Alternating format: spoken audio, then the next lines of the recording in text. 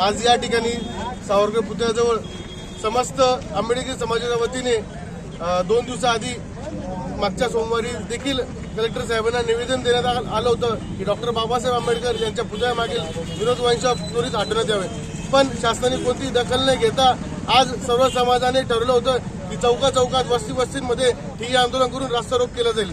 आज त्या पार्श्वभूमीवर लाक्षेनवाडी असेल, रमाबाई आंबेडकर नगर असेल, सिद्धार्थ कॉलेजचा परिसर, चंदननगर परिसर, या सर्व परिसरातील नागरिकांच्या वतीने, आंबेडकरी समुदायाच्या वतीने लाक्षेन बोरसे नगरसेवक नयनाताई दामोदर यांच्या नेतृत्वाखाली आज सावरकर पुतळ्याजवळ रास्ता रोको करण्यात आलेला आहे। जय हिंद।